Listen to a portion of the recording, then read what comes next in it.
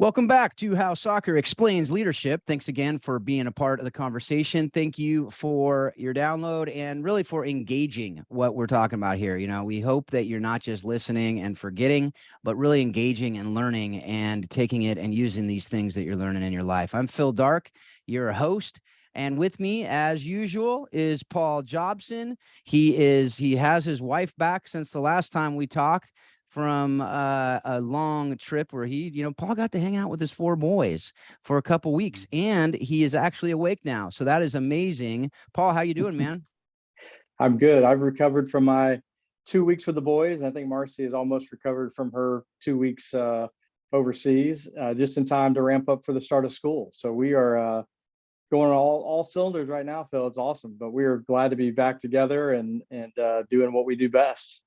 Absolutely. And I've been able over the last couple of weeks to do what I love doing too, which is helping others flourish and making good things better, as we talk about on this show a lot. And I've been able to do some disc training at some different universities, and that's been a blast. And really been able to dive deeper into leadership development. And as you know, that gets me going. So I'm fired up about that. And I'm also really excited about this interview we get to have today. Yes. Today we have Dr. Jeff Spencer. Jeff is a guy who does a lot of different things. He is an elite performance coach for a lot of people that you know. I'll let you look that up. He'll probably talk about some of them in this interview. They're definitely names you've heard of before. He also was an Olympic cyclist, and as we found out right before this interview, is still cycling a long way, very often. So that's something we'll get into as well. And as I am doing this research, I find out he also is a glass blower and glass sculpturer, which is pretty amazing. I don't know how much we're going to get into that, but I'm sure it'll come up at some point. So anyway, folks, we have a good time coming your way. Jeff Spencer. Jeff, how are you doing? Well, great to be here. Thanks for the invite. Absolutely. I look forward to this conversation. I know we got connected with a mutual friend and brother of mine.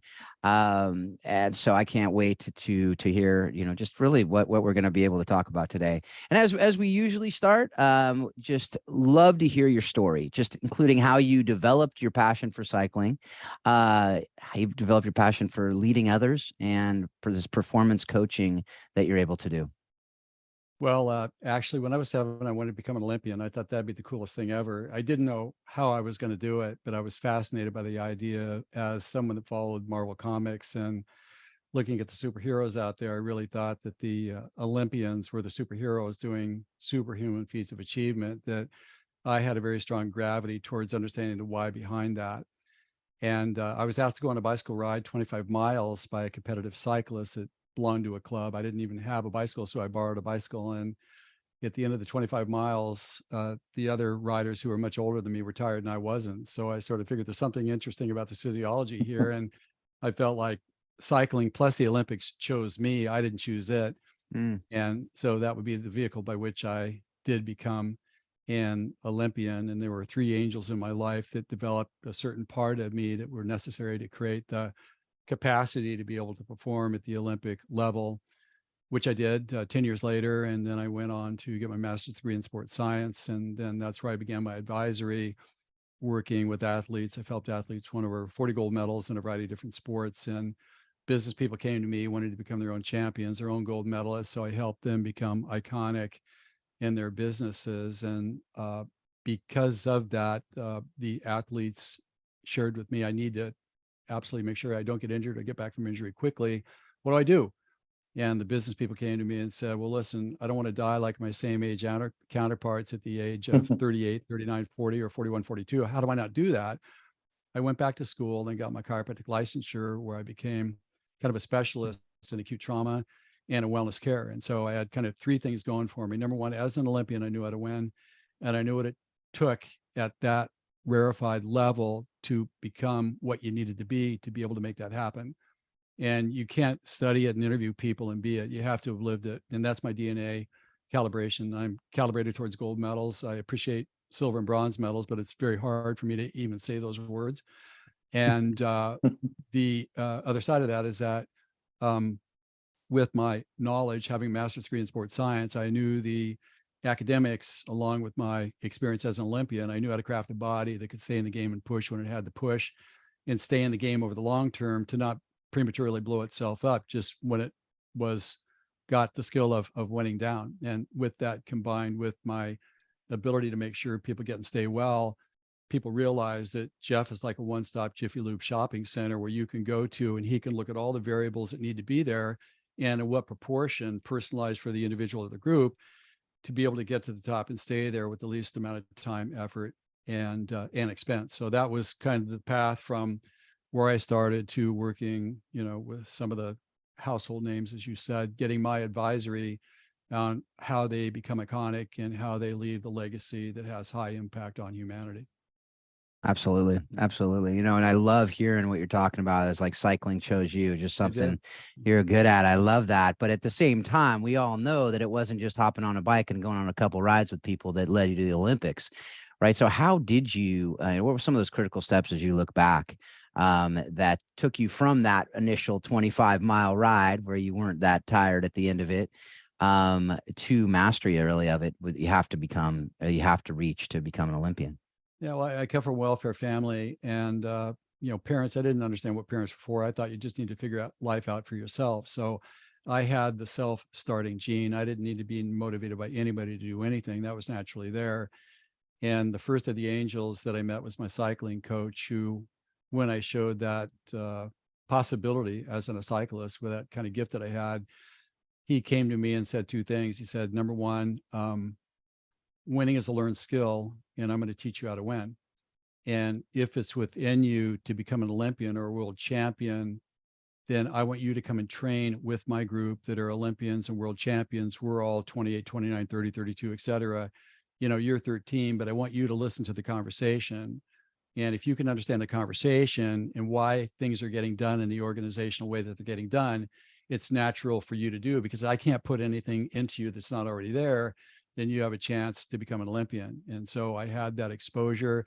I was able to grasp that. And with that level of confidence, along with two other angels, it taught me the tactical side of things. It helped craft my body and my mind to be able to perform at the Olympic level. And 10 years later, I did become an Olympian. And obviously I'm sure we could talk for a few days about all the details of that story, but I didn't even mention probably the most important part of your life. Not, I'm assuming I say probably because I don't want to make assumptions, but I'm based on our brief conversation beforehand. You're married and you have a daughter Yes. that you were able to adopt from Colombia. And I'm always love talking to people about this as far as parenting, but what has been more challenging to you? The road to Olympic cycling or adopting and raising your daughter? And let's talk about that for a minute. Actually, the Olympics were easier because it was me against myself. And because I didn't have a lot of responsibilities, I could devote my attention to one thing singularly. And my job was to become a full potential player, to become an Olympian. Then once I got there, to remain one. So the objective was very clear. There wasn't a lot of interference in the way. I had the self-start gene, and I showed up and I had great coaching. So that was pretty, I guess, academic in a certain sense. But we adopted our daughter when I was 58, the height of my career, seriously. And being called to adopt the daughter was not a difficult thing for us, because people ask me, well, how do you decide the dreams that you're going to pursue? And I say, well, I don't really pursue dreams. I answer callings. And when something is put in front of me that I could recognize that I'm being called to, it's very easy for me to accept the responsibility of riding that wave to maximize whatever that outcome might be. And so that's the challenge with the daughter, was the fact that she didn't speak English. We didn't speak Spanish. She had no school. When she came at the age of 10, she had a parasitic ridden body. She was severely abused since the age of 4 in every conceivable way possible. She didn't trust anybody, and she had severe malnutrition. And so I told my wife, I said, look, this is not an easy task here. This is a formidable foe. And our desire was to manifest a potential, not just save a life. And because I'm a gold medal sort of guy, I told my wife, look, in order for us to be the father and you to be the mother that she deserves as part of the deal here, I need to quit my job, not quit my job, but I need to reduce my job by 90% starting tomorrow. And along with that goes 90% of our income, so I can be her father. And so I stepped into that, and it was a 10-year process to get her back to a point where she was performing at the same level as her same age counterparts. But my wife cried every day for 9 years and 10 months. It was so difficult. So the twists and the turns and the challenges associated with that cannot be underestimated. But I also will say this, is that if you don't have a sustainable challenge in life that causes and forces you to ask a deeper set of questions, there's no way that you're ever going to find the deeper sense of capacity that you truly have. When life is too easy and too good, there's no reason to dive deeper into yourself. So for me, it was a 100% blessing. I learned so much from that experience, and I love my daughter as much as anybody could love anybody. The best experience of my whole life, hands down. I absolutely love hearing that.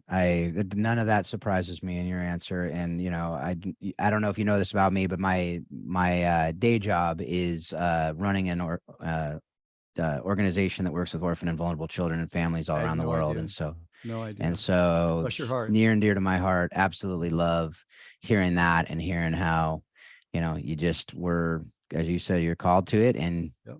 you're walking with it and doing what you got to do. Absolutely love that. I'm so encouraged by that. Thanks for sharing. Yeah, you're welcome. I think a little bit of that will probably answer the next question too. Just kind of defines, who you are and what you're about. But share with us your why. Why do you do what you do, and how does it lend itself to what you're doing on a daily basis? How are you living out your why? Well, I think the why, that changes throughout a lifetime, and kind of where I am at my stage in life is that, number one, I live the experience of being a full potential player. I know what it takes to do that. And that's something that I would want everybody to experience, because it's a euphoric state of being where everything becomes attainable. And again, it's like a learned skill, and there's a methodology to it. And for me, there's only one of everybody in all of creation. There are 8 billion people on this planet like right now, and there's only one of us. There only will be one of us. And each one of us has got a unique capacity to leave something as an immense contribution to humanity, to live a life well lived as well, if we connect with that which we are best at, and we use that as our life platform. And for me, I know how to do that. And if I have anything to say about it, I'm going to share with people what the real story is on how you do that. A lot of people are following a lot of mythology that promises an outcome like this, but can't deliver. But I've cracked the code on it. And that's the reason why I'm still in the game at my age. Yeah. Well, when you say, I think we hear this statement a lot, but I hear it from you, and I think there's a different probably meaning to the sense of it, just from coming from you and who you are and what you're about. But living a life well lived, that's something that we hear.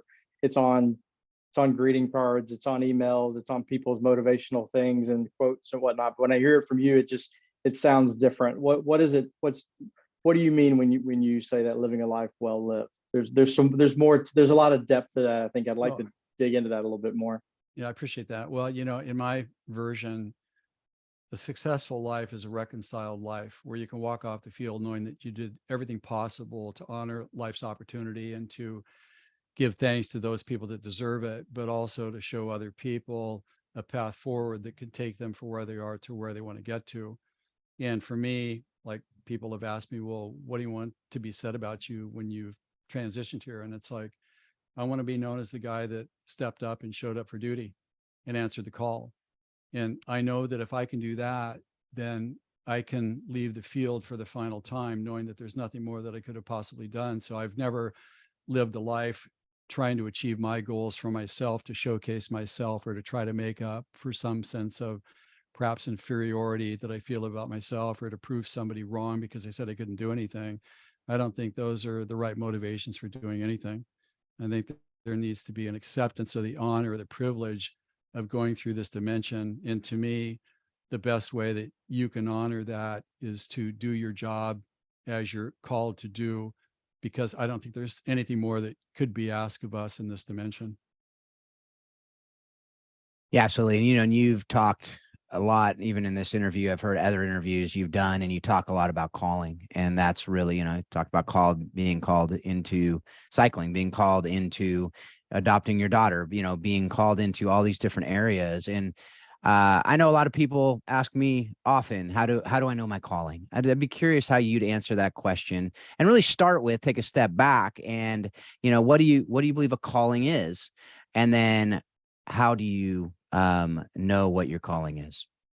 This goes back to, as I said before, every one of us is born with a unique set of attributes that's unique to us and our potential to, again, create a life of passion, purpose, productivity, and prosperity for ourselves, but to also leave perhaps a case study on what you can do to live that yourself. Or you could also go on the other side of it, like my dad did.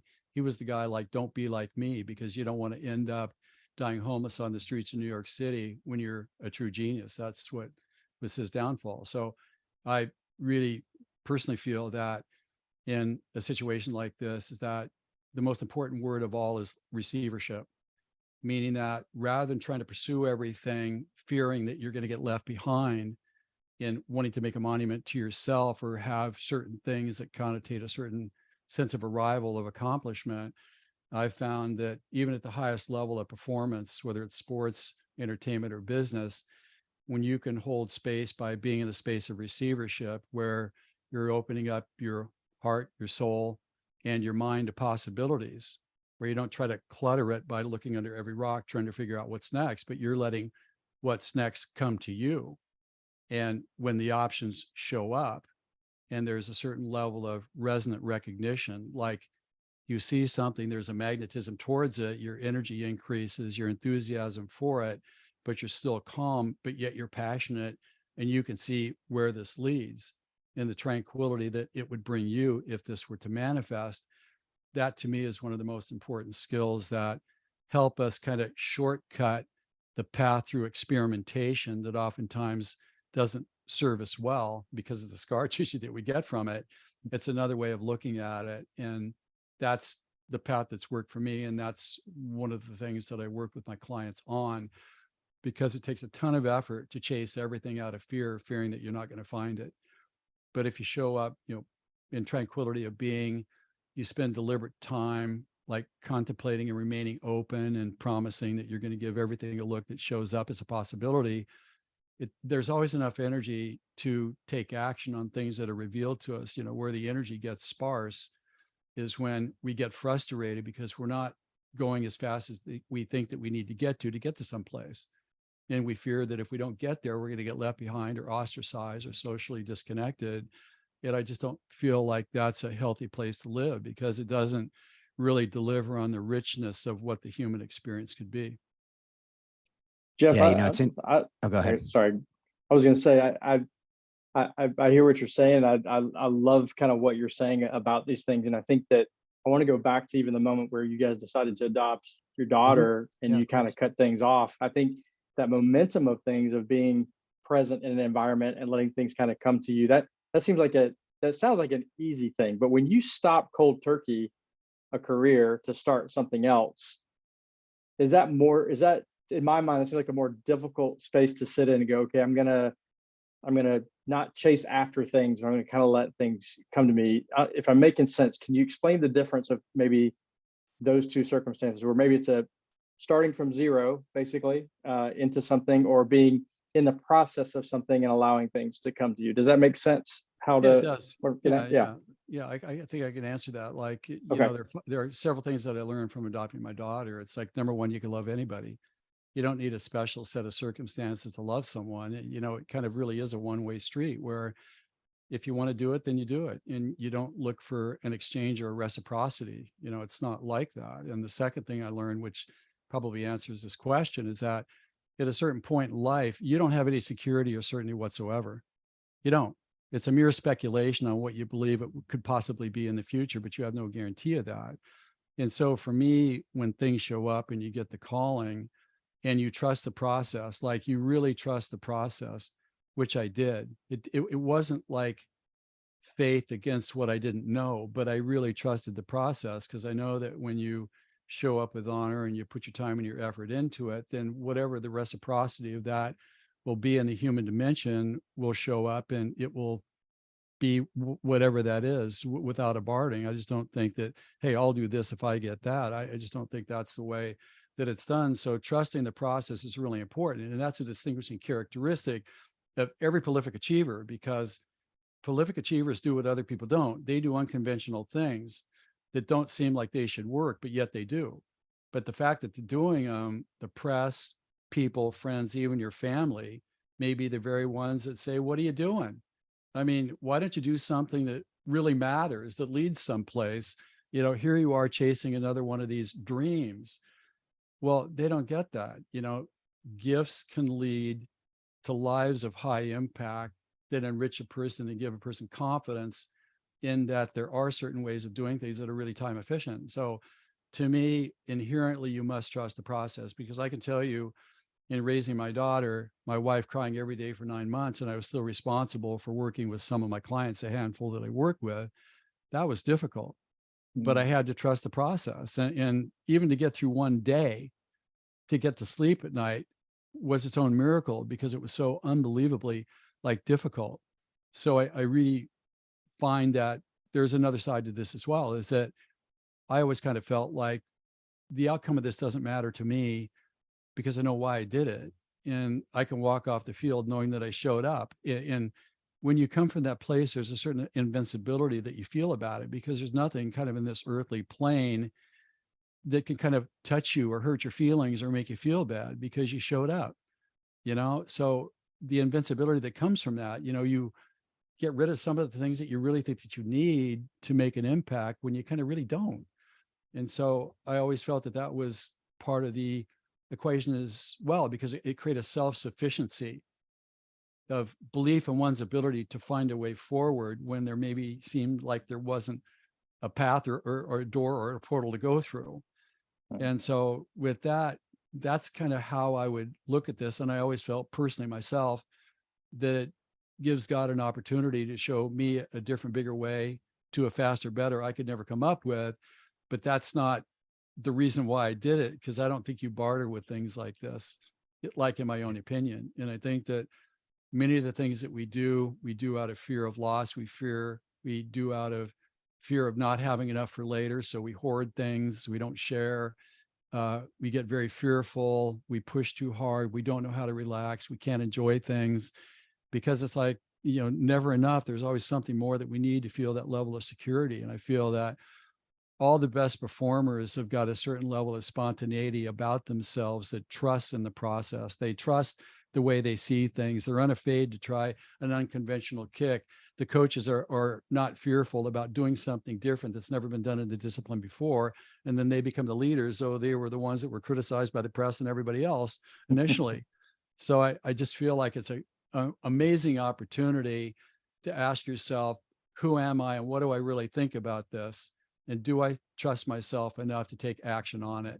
And when we do that and we end up doing things that serve us well, then our level of confidence skyrockets. And then our potential of what life can be amplifies to an exponential scale. I think that's an amazing lesson. And I would just encourage our listeners to go back and listen to that segment again. I just think in our environment of quick gratification and wanting everyone to love what we're doing, I think that's a great message, and I appreciate you sharing that. And that's exactly what I was trying to get at with the question. So I appreciate you hitting that out of the park for sure, better than I thought it could be. So I appreciate how you've worded that. And I think it's just a great message to our listeners, and even myself for sure, of like, hey, be who you are, be what you're about, be true to your God-given abilities and talents, and not look to entertain the ideas of others that aren't who you are. So I appreciate that, Jeff. Thanks for sharing that. It's awesome. Thank you. It's very thoughtful. Yeah, I think that's a message. That's a message so many people need to hear nowadays, right? I think in the world of social media, in the world of comparison, which, as we know, is the thief of joy. We had on another guest recently who talked about achieved identity versus received identity. And there's so much of that in that answer as well. This idea of, a lot of it, as it talks about in the Bible, it talks about surrender, right? It starts with surrender to what you think sometimes, is the right way.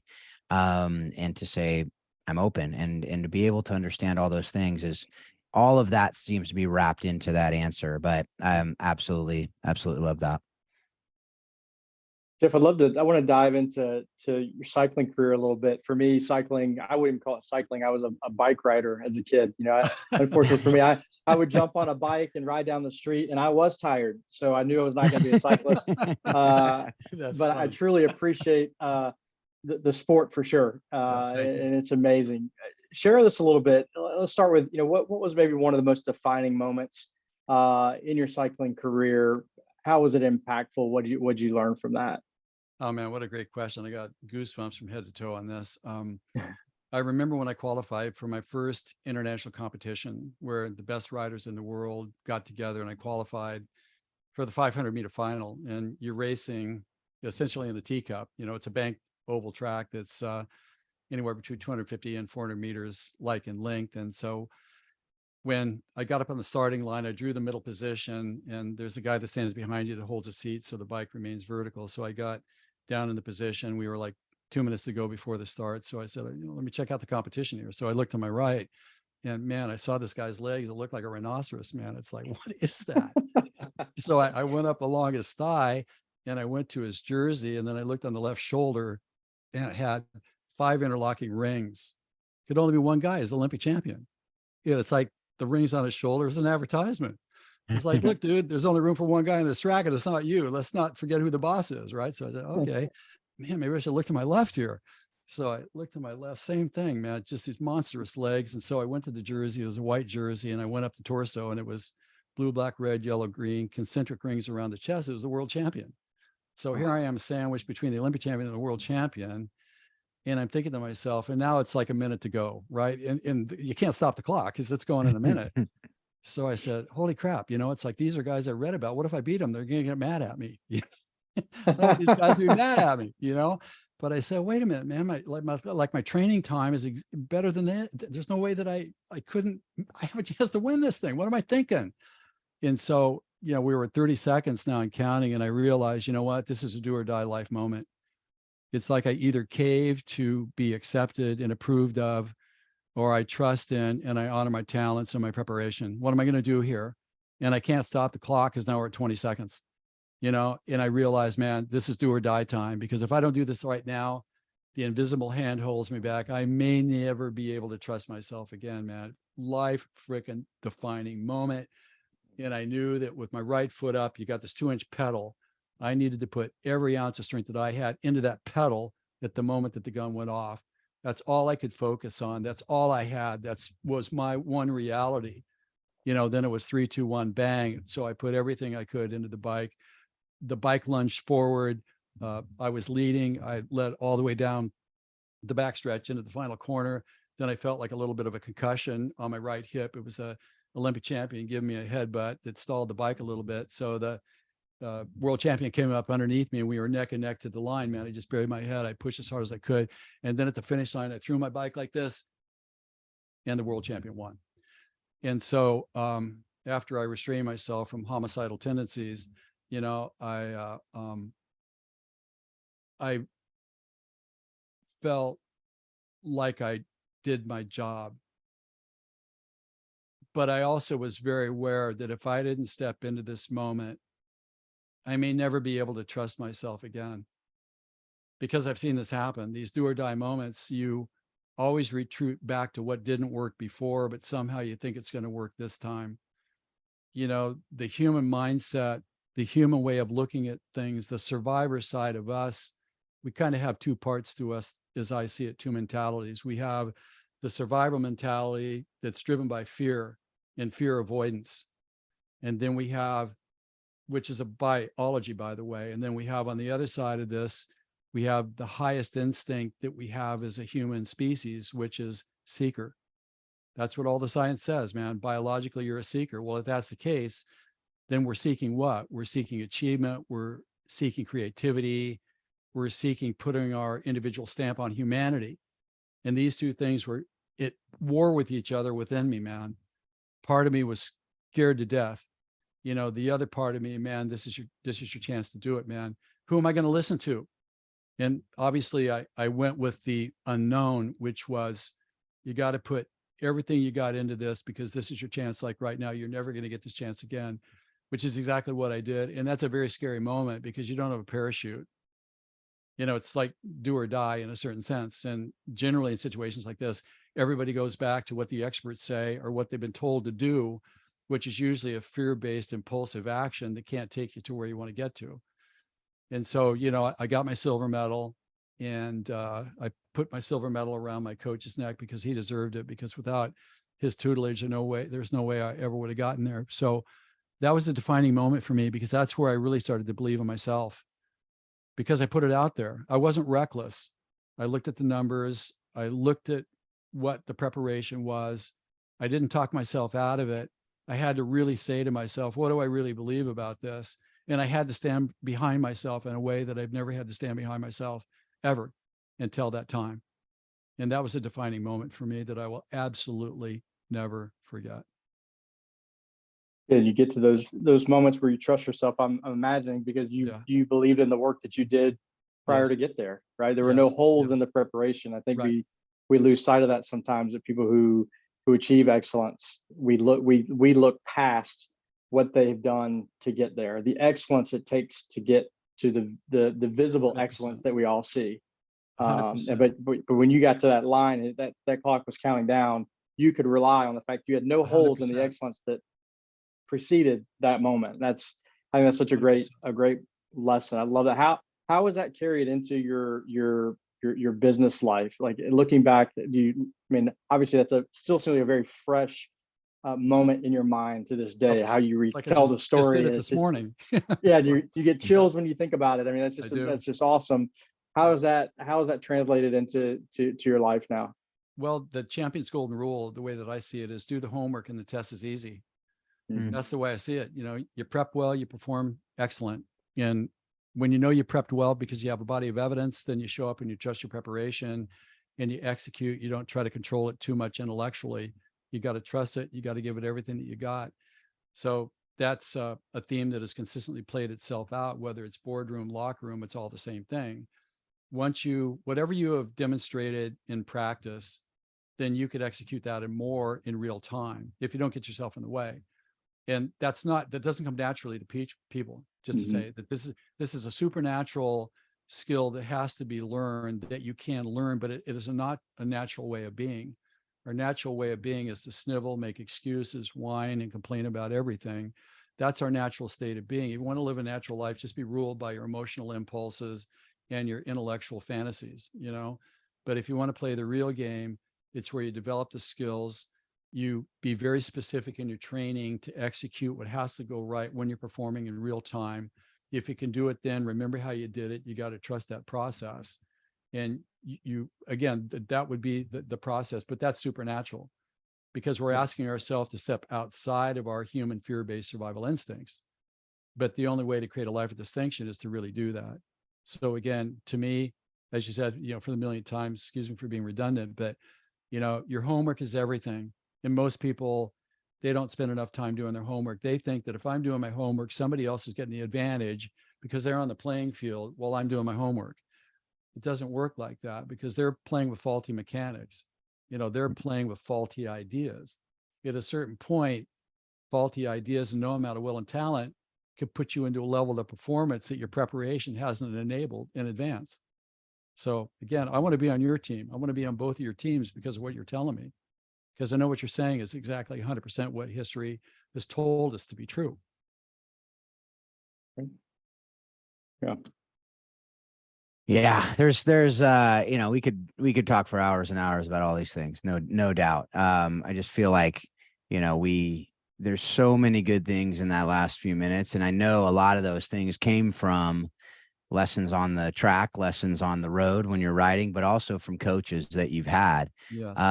And you talked about the angels in your life, and one of them was a coach, and maybe more than one was a coach. I don't know, but we always like to talk about that. Who was and it might not, I know you to say who was the best coach is always hard, but who was probably the most influential coach in your life that you've worked with? And what set him or her potentially apart from the rest? And again, similarly, how are you using that today? My cycling coach taught me physicality and fitness and tactical strategy. I owe him everything on the bicycle for sure. But then my second angel was a Victorian born in the late 1890s. He was 76 and I was 18 when I met him. And he chose me to be the apprentice that helped him create his art glass masterpieces. And what he did, he played at the breaks and at lunch, he played classical music to me. He read the great literary works of history. He shared with me poetry and all these things that he was an expert in, and said, I need to fill you up on this. And I had the capacity to absorb it, and it created an artistry to what I do that I would not have if it were not for him. My cycling coach brought the body. My artistic coach brought to me the heart. And my third angel was a man of great dignity with a French accent that was so reconciled and such a humanitarian, because he gave me support and food when I needed it, welfare family with Olympic aspirations. I rode my bike 100 miles a day to and from the university as a scholarship student. He realized that I needed help, and he was the most resolved man that I've ever met on the planet with such dignity. And he was a concentration camp survivor in World War II. And that explained to me why he was who he was, because he was able to forgive. And so with those three mentors, they awoke something within me as a collective that allowed the best parts of me that I had no idea were even there to surface and merge into a composite me that's been able to produce certain things, because I've respected my paths through this journey in life itself. So I'd like to give the credit to them, if I may. No, I love it. And yes, of course. And what's so evident to me there is just even tone of voice, the depth that they've had of impact in your life, obviously decades and decades ago, and still fresh. Very much. And you know, and I think that goes to such an important lesson, that we need to have multiple mentors in our lives that touch different parts of our being, and different parts of who we are and what we're doing, and the different aspects of our life. I know one of my great friends talks about that. He has, 10 different mentors in different areas of his life that he knows needs help in.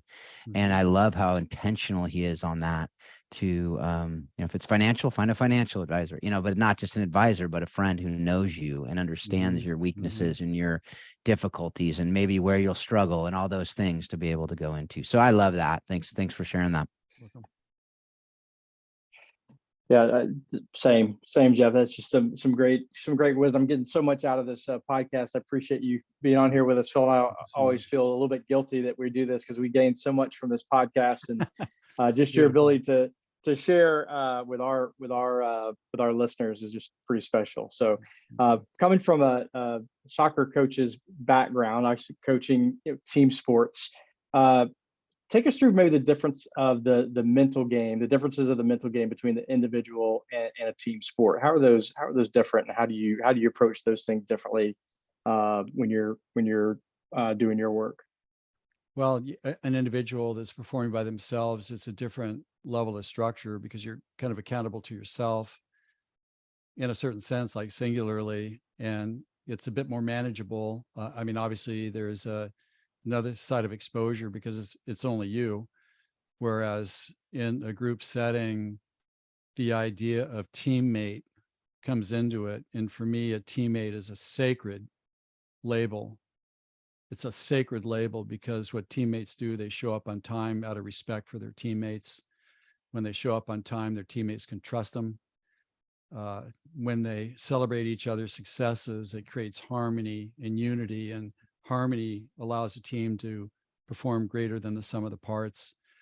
When we look at the contribution of each teammate based upon their potential, and some people are extroverts, some people are introverts, it helps the introverts come out of their shell to contribute, because the thing that you do say may be the thing that germinates and changes the team for the better by a factor of 1,000,000.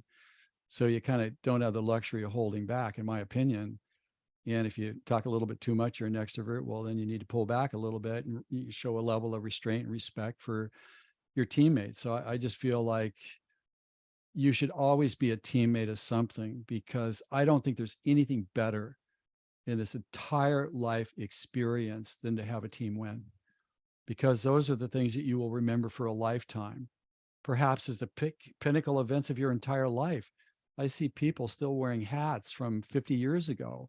Why are they wearing them? because it was the absolute best experience possible. Why? Because it was people in cooperation working together for a common goal. There was no sniveling, no backbiting, no gossip, no withholding, no hoarding, no nothing. That's why I love the Tour de France. I did 9 Tour de France's. And that's I guess, one of the ultimate team sports, because it's 3 weeks, right? And for sure, the strongest team wins. So I have a huge, huge, huge appreciation for the necessity of learning to be a team player.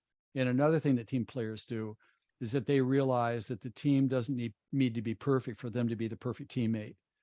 If you're in 90% agreement with everything and the 10% you're not, well, you show up 100% and you give everything that you got, because that 10% doesn't matter. And that's a really important life lesson to learn. And the pride of ownership, of standing behind somebody that inspires them to do more for you than they would do otherwise if they didn't trust you as an individual. I mean, that's the power of what trust is. I would say that if a person is not part of some team on an ongoing basis, then you're disconnecting from a certain part of what's essential for us to develop and maintain our highest level of humanity. Paul and I often talk about nuggets of wisdom on this show. And I will say that was like panning for gold and finding 3 or 4 in the pan right there in one answer. That was some great stuff. I could not agree with you more on that. I mean, Paul and I both are, we're both lifelong soccer players and played on different team sports, multiple different sports. Yeah. I personally have never played at an elite level in an individual sport competition. Just played tennis with my friends, and just even feeling that difference where, as you said, you're accountable to other people, you're accountable to showing up on time. And I love that you use showing up on time as an example, because it's the little things, right? In teams, it's the little things that make or break. It's a lot of little things that lead into the big things, right? You don't just become a champion. You don't just become a team that's going to win everything. You don't just become a team that's clicking on all cylinders. It happens over time. And, and in that same vein, the next thing we want to dive into a little bit is, in your cornerman elite performance coaching, you talk about the anatomy of a champion and the champion's blueprint. Can you just go into that a little bit? And, don't give away any trade secrets or anything here, but what is that? What does that look like? And you talked about one of them. If you do your homework, the test is easy. But what are some of these other things that go into that? Well, in my view, there are, like, if we look at what I call the champion's ladder, of course it's gold, but if you look at the champion's ladder, there's like 5 areas that I've found that if you have a basic competency in, and all of these 5 areas are built together, so they form a system. Because remember, the system is what creates the exponential output. It's not the single part. It's the harmony in the system is what, again, creates the zone performance, et cetera, the world record. And so the 5 different components, competencies are: number 1, you have to have a champion's mind. And what I mean by that, I didn't say a mindset. A mindset is rigid. We have a survivor mindset. It's rigid. It's got to be this way. It's got to be this way. It's too rigid. It's not flexible. There's no creativity in it. But a champion's mind is flexible. It's able to receive information. It's able to look at it, digest it, interpret it, collate it, store it, route it, and edit it. It's an active, living, breathing process that, again, can take the context and figure out what's the single best action to take.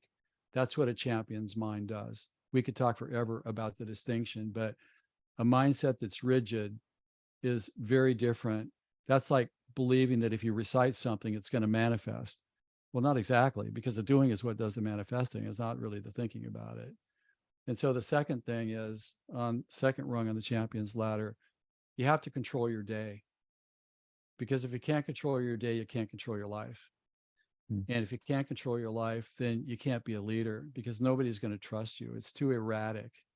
There are too many inconsistencies in it. So having an idea of what a daily structure looks like, so at the end of the day, progress has been made, demonstration of one's championness has been displayed and reinforced, and challenged and successfully surmounted. Have to learn to control our day. Number 3, we have to know how to win. Winning is a learned skill, and it's something that doesn't come naturally to people, but it's a learned skill.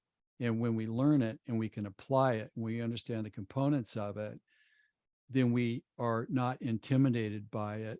And we're not seduced into thinking that if you want it bad enough and try hard, you're going to get it, because that's not true. You can't get to a place that you don't have the skill to get to. And that's why when we learn that winning is a learned skill and the components of it, like in my model, there's 2 divisions, and each of those divisions has got 5 parts as revealed by my observation about the process over the last 60 years in the high performance world. Number 4, that's you have to be able to see what's coming. There's clues that we're getting constantly that if we can interpret them correctly, it allows us to look around the corner and see a couple things. Number 1, it will allow us to anticipate certain opportunities that may be coming, that we can create a readiness for to capitalize on when they show up. It also can reveal to us blind sides that are starting to form that we don't really see yet, or are in their infancy, that we may not see, that can grow and can stall us in process, or worse yet, knock us out of the game. So there has to be some mechanism, some knowledge of history based upon what we should anticipate from where we see ourselves as being. That's essential. And then the 5th rung on the ladder is momentum. Momentum is probably the most important commodity in the dimension that we live in, like time, energy, and space. Momentum is everything, because every time the momentum stops, it takes energy to get it back. And then most people's lives is like a seesaw, like this. It's up and down, it's up and down, it's up and down. And each of the downs is going to be where you lose momentum. Then you got to put all this energy into it to get back to where you were. So really, when we learn the skill of conserving energy by knowing how to structure when we push and when we pause in our aspirations to achieve our goals, then it's almost like a up spiral where the transitions are super smooth. The radius is getting bigger as our proficiency in creating our wins gets bigger and bigger. That's what momentum should actually look like. So when those 5 areas are simultaneously built over time in proportion to each other, then we get the combined benefits of all of those that are exponential. And we can't do a life's evolution in 1 decade. I mean, it's 7 or 8 decades where this process is continuing. So as long as we're continuing to build and we're not adding more to it, we're refining our skill in those 5 areas. And that is what allows us to be able to create a legacy that has high impact, and it has a significant number of achievements that represent what our potential was. And it allows us to be able to kind of walk off the field at the end of the day, feeling like, I'm human. I made human mistakes. I see it. I learned from it, factor that out. I found my way forward, and there's not much more I could have done because I didn't turn away from reality. And I did what I had to do to, create a life of meaning and purpose and value. And, at my age, you start to think about things like this, because, when the hourglass is turned upside down and it's got less in it on the second half, then you start to look at these things in a slightly different way. So the thing I would want to say and leave with the audience here is that it's not about one thing. It's about proportionality of these 5 areas being built simultaneously so that your maturity rate is consistent, so that when you learn the art of these skills, and at a certain point, they all come together, then you become a force to be reckoned with in terms of the accomplishments that you can make in the life that you can live. Yeah, and I can't help but go back to the beginning of the conversation here. Mm-hmm. And going back to that calling and that surrender that we talked about at the beginning, and momentum. And a lot of people might think, well, you killed your momentum when you adopted your daughter and went back to 10%. But unless you see it in the sense of calling, and that's part of this moving forward and growth and living into calling, and it actually was keeping momentum. It just changed Yes. what you were pouring the energy into. Am I making assumptions there, or was that No, what you're saying here? that's correct, because it's like, for me, the goal is not the number of achievements, because a lot of people, that is their goal, and they kill themselves in the process of doing it, and they ruin relationships, and they lose fortunes, and they have catastrophic health events. So to me, I get why people do that in their 30s, maybe in their 40s, but you realize that that's not really the grand prize, but you're not going to know that until later. For me, it's, how did you show up? Did you show up well for people? Did you show up with honor? Did you do what you could do? Did you answer your callings? What more could have been asked of you? Or did you turn your back and make all your decisions out of fear? Did you try to amass something for yourself to reinstate yourself or make yourself look good in your own eyes? I just feel like there's a tranquility of being here that's really important. Like, I feel I can walk off the field, and whatever happens, man, there's nothing more that the universe could have asked of me. Doesn't mean I lived the perfect life. I did the best I could with what I had. Yeah, I get that. But, there's always ways of reconciling the past. I think tranquility of being is really important. Like, man, I got all this stuff, but man, I don't feel so good about all this stuff. I don't feel so good about myself. And it's not about the stuff. I like stuff, as well. So I think that, as we age, as we go through the decades, our level of what the scorecard looks like changes a lot. In the 20s, it's about altruism. In the 30s, you just want to kick everybody's ass and get all the stuff. In the 40s, you want to prune back to a level of order and sensibility. In the 50s, you want to contribute. The 60s, you want to be a mentor. At 70, like me, you don't care about what anybody thinks. You're going to say what it is. So, there are sort of different things that activate at certain times that we should be graceful with, and sort of understand that that's part of what life's rhythm is all about. Yeah. Jeff, you worked with some really incredible people of your career, athletes, businessmen and women, just some incredible people. What kind of separates the good from the great in your mind? Maybe give us a couple of examples of maybe some things that they can help us differentiate the good from the great, so to speak, and maybe through some of the highs and lows of some of those folks. Yes. Well, first, the highs and the lows. I mean, lows are inevitable, and it's part of what life is. It's not something that we ask for. It's not like we chose it on the other side. It's not like we were negligent. If we kind of really look at what life is, our life projection is based upon a projected reality of what we think it's going to be later, based upon what we know today. But that's not reality. That's a conjecture. That's a possibility. And so there are certain things that happen that aren't foreseen. As a matter of fact, 90% of what we believe is going to happen never does. Just look at your own life. I mean, how often have your plans worked out? I mean, all the good stuff never happens the way you think that it's going to. And so if we kind of look at that, we realize, well, our plans are estimates, and they're meant to change based upon reality. And reality and what we do with it depends on our readiness and our skill level, et cetera. But then there are external things that we have no say about that will have an impact and influence things that we didn't ask for. So I've never seen anybody in life not have their most difficult moments. Never. There's no exception to this rule. For the famous, we see it because it's more obvious, because it's portrayed in the media and stuff. But every one of us has what I call a rite of passage at some point, where you face something so bad, so deep, it almost like seems insurmountable. But here's what the observation is that that could be our best moment, because it forces us to ask a different set of questions about ourselves and how we view life. And we usually will never ask those deeper questions or find a deeper sense of who we are and what our contribution is and what our purpose in life is, unless we have that contrast. People that live a life that's too good, they're always whining about their ice cream being too cold, or their car not being new enough, or all the stuff that really doesn't make any difference. Just put your food in a blender and drink it. It doesn't have to show up with the right temperature. I mean, it's still food.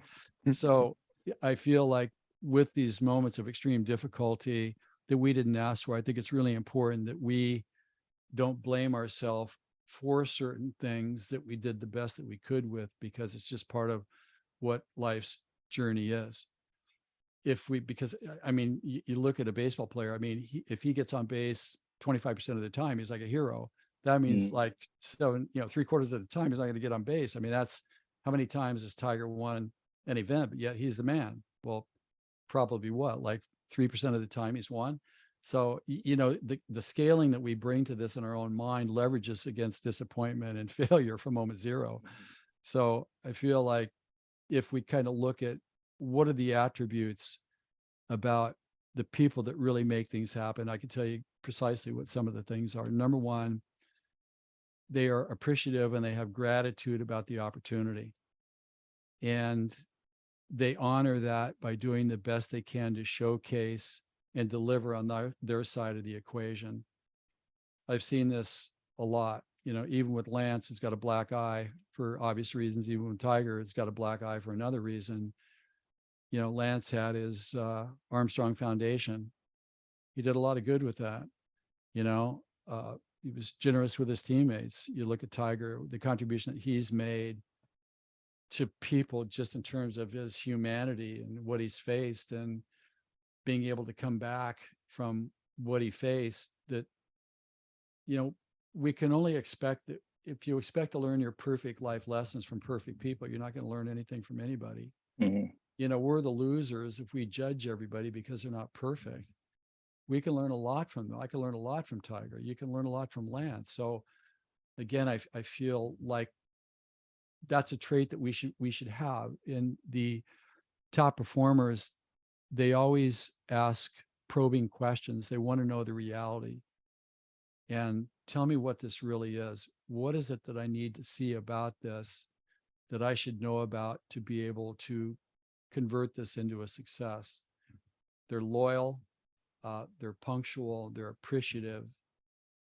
They never make assumptions. They're not braggadocious. They're not bravado. They are very charitable, but they choose to do that anonymously rather than making a big public display about it. I was on Branson's Island once, and just the charity that the group at dinner extended to humanity because they decided to think about it jointly was touching, to say the least. And they're willing to admit their mistakes and take responsibility for it to find a better way. They are resilient. They can pick themselves up after getting pummeled by public opinion or by the press. They're not afraid to share what they see to be true. I'm not talking about the loudmouth, obnoxious people that are the flavor of the month for the press. I'm talking about, the real deal, like behind the scenes here. And them because they stay in the game. There's something about their longevity. And, every one of us has got certain limitations with our humanness. We're an imperfect species by design, and we have blind spots that we didn't ask for. There are certain things built into our anatomy and our personalities that are quirky. And sometimes we don't know the extent to which they impact others until we see it manifest. There should always be space for redemption and a chance to come back and learn from what the mistakes really are. I would go back and say this as well, is that when you look at what the real prolific achievers do, they always have strong fundamentals that they never forget. They go back, like when I was working with U2, before, Bono goes out on stage, you hear da da da da da da. What's he doing? That's Bono. Yeah, well, he's with his voice coach. He's doing his scales. Well, he's Bono. He doesn't need to do scales, but he knows that the scales are fundamental. When he goes out there, everything he does is going to be based on the fundamentals. So they never make a presumption that I'm too good for this because I've done it and I'm me. They don't do that. They stick with the fundamentals. They may have to trip a couple of times to get back to them. I get that. That's part of the developmental side of this. So I hope that the charitability thing, for sure, that's anonymous, no, because you really don't see it because they don't want to broadcast that. They work hard. They're not temperamental. They have a lot of advisors because they want data. They don't try to play their own doctor. They're not afraid of demonstrating what weaknesses they may have that we all have, and look for ways of supporting that so that the downside consequences of that are like minimized. And they always remain a student of their discipline. There's never a point that you can get to where you coast, excuse me, because there's always new things to learn. We're always a new person from moment to moment. We see things differently. There's new technologies that arise.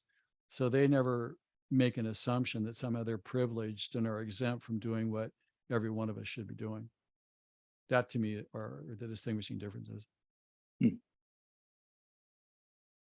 There's so much there, folks. Go back, listen to that again. There's, if you're looking for a playbook for coaching, if you're looking for a playbook for yourself, on what it takes to have longevity in careers, what it takes to have to play at your potential and to get there and to stay there.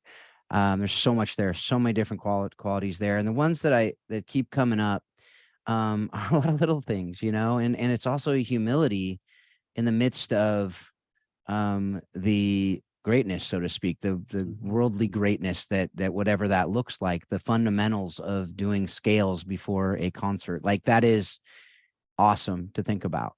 Like just that idea, or to think about Cristiano Ronaldo going out and being the first one out on the training pitch, and the last one to leave.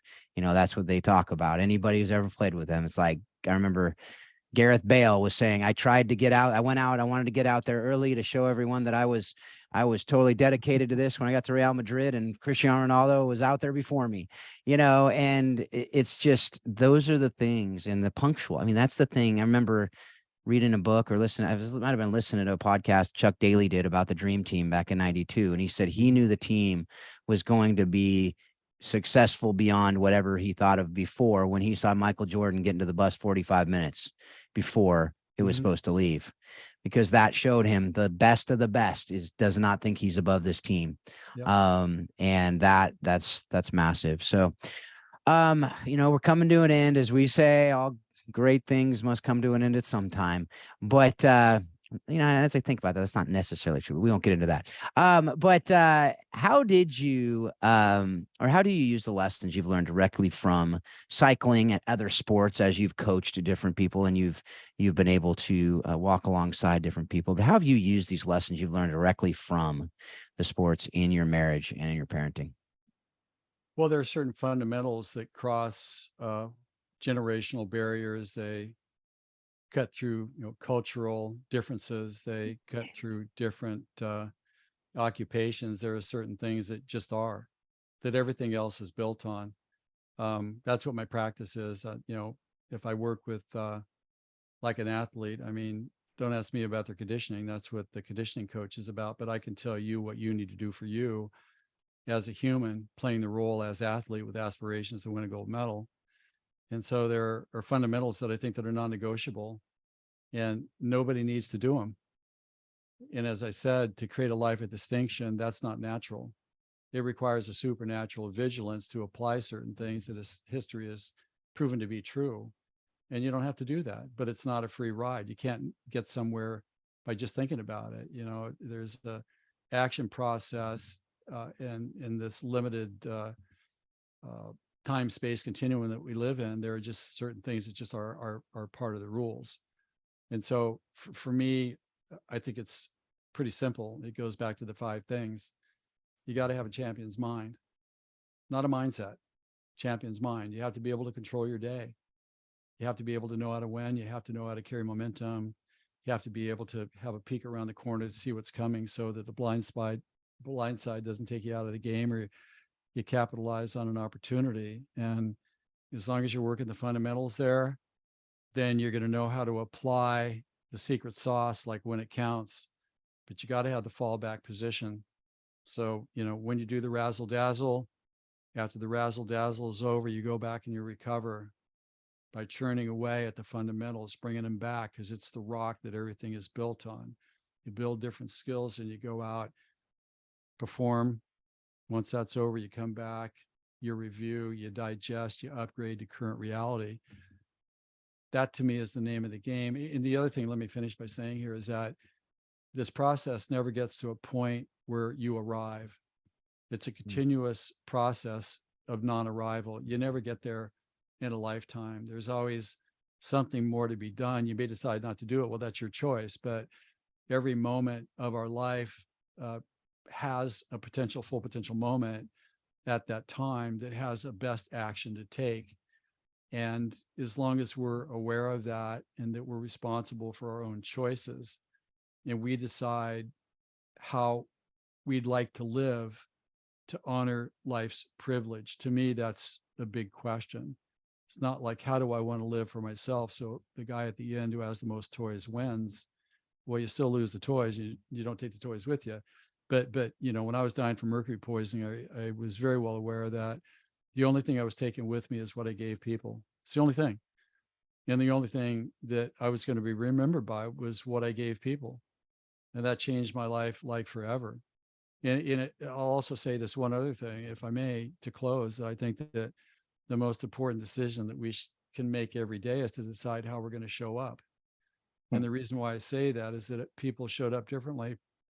For my daughter, she wouldn't have the scars that she has that she didn't ask for, that people imposed upon her because they couldn't control their own life.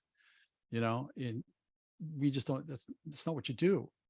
You find a way with honor to give the best of what you got to humanity so that you can be at peace, like with yourself, knowing that no amount of stuff can make up for the lack of what we could have done that would have made the difference in the human experience, in my opinion. So I guess I'll kind of leave it there. That's great. Yeah, great stuff there. I think there's some people listening who you hit them with a right hook when you said decide how you're going to show up. I think it might have hit some of them like, oh, I actually get to decide that. Yes, you make that decision every day, right? When you wake up, how you're going to show up. And I love that reminder, even for myself. I think we can constantly need that. Well, as we kind of wrap up, Jeff, this is kind of a fun one that's educational for all of us too. But what have you watched, read, or listened to that's most impacted your thinking on your career and how you lead others? Anything you watched, read, or listened to? Well, the thing that I saw at the most recent Tour de France was, a devastating crash. And like when you crash on a bicycle at the level that I raced at, the only thing that you have between your skin and the asphalt is a thin piece of Lycra. And when you skid 100 feet, it's like leaning up against the vertical sander. You can kind of feel your skin melting off your body. It's like grotesque in a certain sense. But the point is that one of the competitors stopped just to check on his teammate. Wasn't even from his own team, but he stopped to see if he was okay. So he chose a moment in the human experience to step outside of something that could have perhaps brought value to him, but what was more important was the humanity side of it. And I feel like if we spend just a little bit more time considering our impact on other people by deciding how we're going to show up and what it is that we're going to say and what is it that we're going to do, because there's nothing more that could be asked of us. And the other thing I'll say about this is that I don't think you should decide the value that you're bringing to anything because you don't really know. When I showed that ability on a bicycle that I borrowed, I thought that's how I'm going to do it. Well, we went to a bike shop a week later to get myself like a racing bike. And there was an Olympic cyclist there and he had the biggest legs I'd ever seen, but the t-shirt he wore said USA Olympic team on it. And when I saw that t-shirt, I wanted that t-shirt more than anything. I went home, I got my box of crayons, those 3-decker crayons, and I drew my plan on how I was going to become an Olympian because I wanted the t-shirt.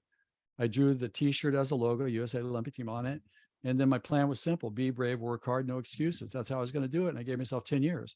He doesn't even remember wearing the t-shirt.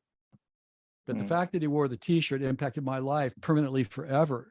It was foundational. That was my Independence Day. And so I feel like we should kind of have that same spirit where can we just not decide the value of what we do by comparing ourselves against everybody else? Can we just show up and be the best that we can be best at, and whatever that is, be okay with that? Because again, you don't know. And I just sort of feel like maybe it's better that we don't, because if we did, then we'd maybe take credit for it. which we shouldn't be doing. So I just, again, feel like, again, that there's always room at the top for the best, no doubt about it. There's only one of us in all of creation. Let's decide how we're going to show up. Create your own logo, your own aspirational Independence Day document. I feel if we can do that, then the impact that we can make to walk off the field knowing that there's nothing more that could have been done will be fulfilled. Jeff, that's awesome. I appreciate everything you've brought Thank to you, us Paul. today on this podcast. It's been awesome. Thank you, Yeah, Paul. definitely. Thank you, Phil. Thank you. Absolutely. Thank you for everything. Thank you for so much good stuff, and appreciate you and all you're doing. I gotcha. Well, again, thanks folks for being a part of this conversation. You have a lot to think about after that one. No question about it. So a lot to process, a lot to put into action. I think it starts though with what we finished with, which is just show up. Right. And I think a lot of that, it not just show up, obviously doing your homework, doing all the other things, but fundamental. So many good things in this. Go back, listen to it again if you have the opportunity, and put it into action, most importantly. Folks, if you want to learn more about Warrior Way, well, really anything we talked about in this show, it'll be in the show notes. If you want to learn more about Warrior Way and what Paul and Marcy are doing down there in Waco, Texas, please check that out in the show notes, warriorwaysoccer.com. Coaching the bigger game, something we're still looking to launch here in a little bit. I know it keeps getting pushed back, but we're going to do it. And please check that out, coachingthebiggergame.com. Most importantly, take what you're learning from this show. Use it to be a better coach, a better spouse, a better parent, better leader, better friend, better in everything that you do. And always remember that soccer, cycling, other sports do explain life and leadership. Thanks a lot. Have a great couple weeks.